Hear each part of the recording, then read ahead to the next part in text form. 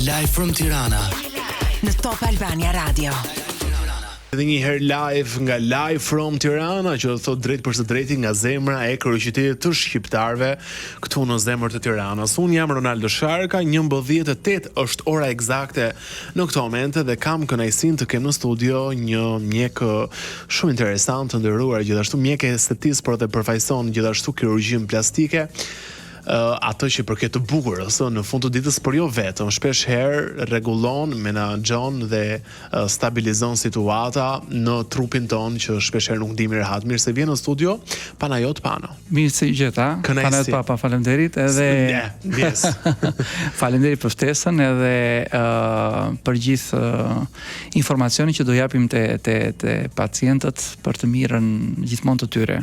Sigurisht, kirurgjia plastike është merret me të bukurën, por ndonjëherë merret me situata të cilat duhet të korrigjojmë për fat të keq, dëmtime që kanë të bëjnë ose me anën tumorale, të themi, të lëkurës, ku shfaqen tumoret e lëkurës, si mund të jenë ato që quhen bazoqelizor, spinoqelizor, por dhe me anën tumorale të gjirit, për shembull tonë që për fat të keq një 8 femra mundet të preket dhe normalisht është kirurgu plastik i cili rindërton gjirin dhe jep integritetin të gjithë femrat që të shikojnë veten e tyre sa më bukur në pasqyrën dhe të harrojnë atë elementin e keq, të themi, të është situatë e vështirë dhe ajo goxha përpos pjesës shëndetësore që është një tumoret, si më thënë, që luftohet ndryshe nga tumoret tjera, ka më shumë shpresë, po më pastaj tek femrat vjen procesi kur ato duhet ta kenë aq të bukur gjoksin e tyre. Integritetin e tyre, domethënë, një kohë integritetin e tonë, shikojnë, sepse në fundit shikojnë vetë të kanë parë vetë tyre pasqyrë për gjithë vite dhe pse jo mos shikojnë, më thënë, edhe ne të japim integritetin duke i eliminuar, të themi, atë momentin e vështirë që kanë kaluar në jetën e tyre. Kjo është pjesa, të themi, më e bukur e kirurgut plastik. Sigurisht kirurgu plastik në moment që arrin të rindërtoj dhe të bëj këto situata, e ka shumë më të thjesht pastaj të përmirësoj situata të tjera që futen atë kuadër, të themi, të estetikës. Dhe ndonjëherë nuk duhet të i kaloj harmonin, bukurinë apo disa elemente të tjerë të cilët ndodhin ose pacienti kërkon shpeshherë edhe gjërat ekstreme, por gjërat ekstreme duhet të jetë ai mjeku i cili duhet të arrijë të kuptojë. Duhet ta uli me këmbë në tokë. Duhet ta uli me këmbë në tokë dhe të arrijë të kuptojë kë ka përballë dhe t'i shpjegoj, domethënë, se personi që kërkon gjërat ekstreme është personi që dhe pas një operacioni do të vazhdojë të kërkojë gjërat ekstreme, është pa kënaqur. Sa vlen ajo shpreha, klienti është mbret në këtë fushë që ju përfaqësoni. Pra nëse klienti është mbret në restorant dhe ai do që një pas bolognese do ta bëj alla shqiptarçe dhe ti je detyruar t'ja bësh, se ai ashtu do, ka qef ta konsumoj, po në rastin tuaj sa mbret është klienti? Domthonjë si e gjeni ju balancën? E konsumove pastën dhe harrove pas 24 orëve, kurse në kirurgji plastike nuk e konsumon pastën sepse vazhdon e shikon dhe lë gjurmë dhe ti e shikon vetëm në pasqyrë, dhe nëse nuk e kuptuar çfarë duke kërkuar, duhet të ta shpjegoj ai që ke përballë për atë pikërisht elektronik. Ai që ke përballë ka një patent, ka një licencë, ka një dituri që duhet të japi udhëzimin e duhur. Nëse e kupton mirë, pacienti gjithmonë ka të drejtë, nëse kërkon gjërat harmonike, mos harrojmë që pacienti sigurisht zgjedh mjekun për të marrë një shërbim, të themi, mjekësor në bazë të informacioneve që ka, në bazë të miqve që ka, në bazë të sugjerimeve që ka, në bazë të aftësive të këtij mjeku që ka arritur të lërë, themi, gjurmët e dur në këtë fushë.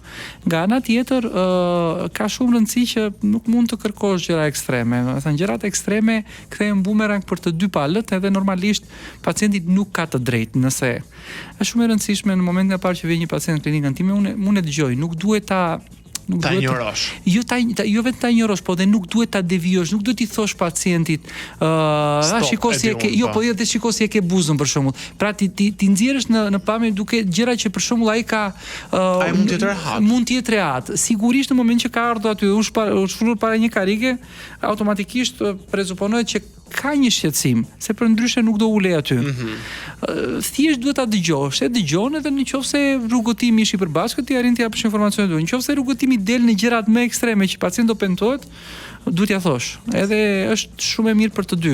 Pra, ajo makarona në vetvete nuk është se do hahet dhe do mbaroj punën aty, po do mbetet aty për gjithmonë. Ka një lloj paragjykimi për kirurgjinë plastike. Ne e shohim këtë edhe në komentet që prevalojnë në platformat sociale, kryesisht tek gjinia femërore, tek vajzat e showbizit dhe prevalojnë shumë komente të tipit po mos e është e bërë e gjitha. Pra, e ka bërë kirurgu, doktori, domethënë ku është e keqja këtu? Këtu nuk ka një të keqe, domethënë secili kuron veten. Dhe pyetja është mbase kjo pse ka ngelur këtë stigma? Secili kuron veten e vet. Ne kurojmë veten e vet, me thënë në momentin që jemi mirë, syojmë mëngjes, lajmi, bëjmë dhe kirurgjia plastike apo trajtimet, marrim një krem, përdorim një ruemin, me thënë, të gjitha këto janë pjesë të normalitetit. Sigurisht, kur del jashtë asaj që pacientët ose njerëzit mendojnë që është normalitet dhe bëhet më ekstreme, kjo gjë nuk pëlqen. Dhe po kjo gjë personi që ka gjetur duart e dur, domethënë për të tërhequr anën ekstreme. Pra, i ka pëlqyer kjo gjë sepse pikërisht do të bjerë në sy.